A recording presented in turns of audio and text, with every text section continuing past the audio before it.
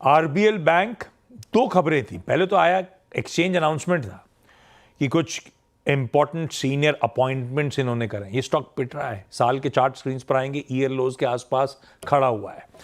नरेंद्र अग्रवाल साहब इसके प्रेसिडेंट और head of branch banking and retail liabilities कारोबार के बनेंगे, और एक नए सीओओ चीफ ऑपरेटिंग ऑफिसर होंगे टीएस परी साहब। ठीक है, ऐसा लगा कुछ सीनियर मैनेजमेंट में बदलाव आ रहे हैं, कुछ रीजेक्ट कर रहे होंगे। पर उसके साथ साथ एक और अपडेट आया, जीएसटी अथॉरिटीज ने इसके महाराष्ट्र में 3 दफ्तरों पे सर्च इनिशिएट करा है।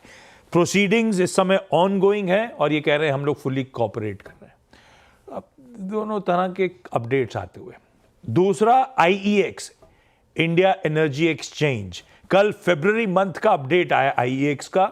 इलेक्ट्रिसिटी के ट्रेडेड वॉल्यूम्स पिछले महीने साल दर साल 9% का जंप, और ग्रीन मार्केट में 85% की ग्रोथ इन्होंने अचीव करी।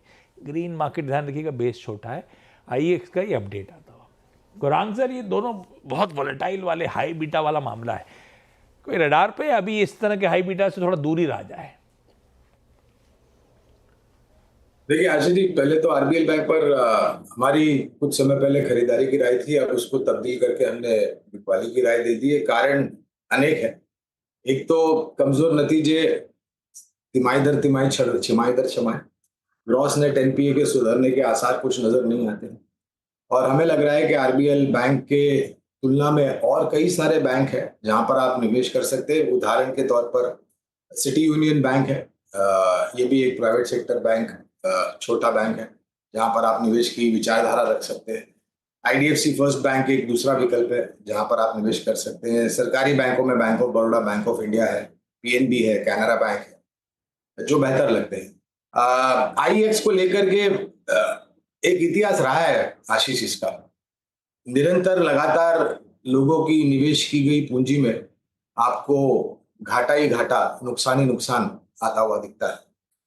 और इस प्रकार के स्टॉक्स को ध्यान में रखते हुए महज बाउंस बैक के रूप में वो बात अलग है, उस पर तो मैं टिप्पणी नहीं कर सकता, और विशेष रूप में भी टिप्पणी नहीं करूंगा क्योंकि इन स्टॉक्स पर हम कवरेज नहीं रखते हैं। ये स्टॉक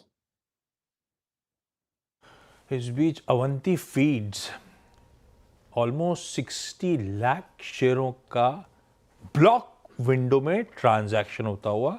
कल ये स्टॉक अच्छी 5% उछाल के साथ सेशन की समाप्ति हुई। आज ब्लॉक विंडो में ट्रांजैक्शन 60 लाख शेयरों का।